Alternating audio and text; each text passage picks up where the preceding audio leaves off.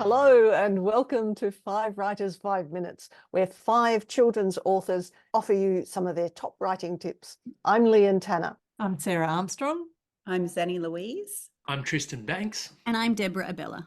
Today, we're going to talk about an incredibly powerful writing tool that we all have access to. Some of us use it deliberately, some of us use it accidentally. American author Jenny Cruzy calls it the girls in the basement. It's something that can help us solve insoluble problems. It can give us ideas. It can make our stories so much deeper and more interesting. And of course, I am talking about the unconscious mind. Sarah, where do you stand in relation to your unconscious mind and writing?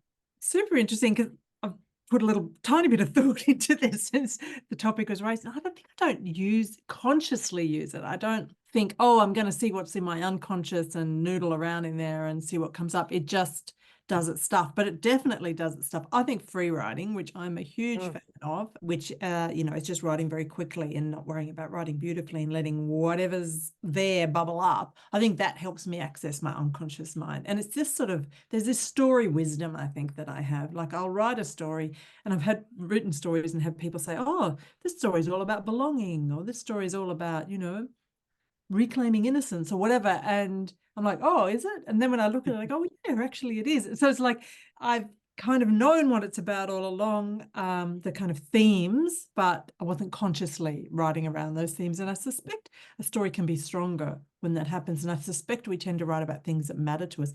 There are a lot of mother-daughter relationships in my books for grown-ups and my books for younger readers. So I think that's something I enjoy exploring in my writing. It just sort of comes up again and again. So I guess I just sort of know it's there, and I just love to let it do its thing without trying to direct it in any way. I'm just aware that it's there. Zanni, how about you? Well, I don't keep them in the basement, but I definitely share a house with my unconscious brain. Yeah, so I love this process so much, this keeping the imagination or the unconscious brain close to your fingertips whilst writing. And I found the thing that works for me best is writing in a capsule, like writing in a void almost, with as few distractions as possible, like presentations in schools and things like that. Simply because I do need to have that conversation open between me and my unconscious brain. So I don't have active ways of accessing it either, Sarah. It's just about when I'm writing, I guess I have one little channel open, listening to those ideas coming and letting them come and just seeing how they're going to guide the story. And it's only like ages later where I'm like, oh my gosh, all these threads actually pull together so nicely. How on earth did that happen? And I think it is because I've got that little channel open and I'm quite receptive to the possibility, that these will work. But I suppose one conscious task I do is also free writing. So it's just amazing how handwriting does unlock that unconscious brain and unlocks the problems. And I think the other thing I do is running in nature. So I have like a nature run where it's like no other people really, no cars, and definitely the experience of that unlocks the problem solving part of my brain, which is very much my unconscious brain. Yeah. My conscious and unconscious minds are at war with one another, I think. They're like two wolves, which one will I feed? And sadly, I think I feed the conscious mind a bit too much, because it's the one that wants to know what's going to happen in the story and what the hell's it about and why doesn't it make any sense, and you fool, while the unconscious mind's like, I'm sorry, I haven't been able to come up with, whereas if I can, it's actually braver to trust the unconscious mind, right? Because you don't know what that guy's going to do, and it may go off on a real tangent and take you down these rabbit holes that may lead to nowhere, and you're just going to have to turn around and come back up and dig another one. And so I feel like the conscious mind is constantly sort of looking at the clock and going, hey, look, let's get serious about this. But if you follow that conscious mind all the time, you'll never write anything interesting.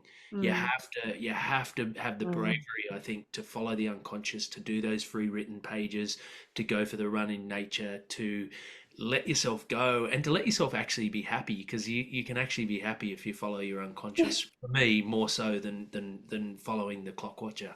Well, and I think that's so true, Tristan, because for me, in thinking about this topic, I'm very much in that camp of what you've just talked about. So I do like to plan. So I'm very conscious of, that's how I'm going to begin the book. And then that beginning is going to resonate around, the end of the book as well. And they're going to be links. So it's like I build the skeleton of a building first. But then once I'm, making dinner, or I'm walking through the park, or riding my bike, then those other little lovely wispy connections will be made. But for me, I have to sit down first of all and know what my story's about, know my characters, know the dilemmas they're facing.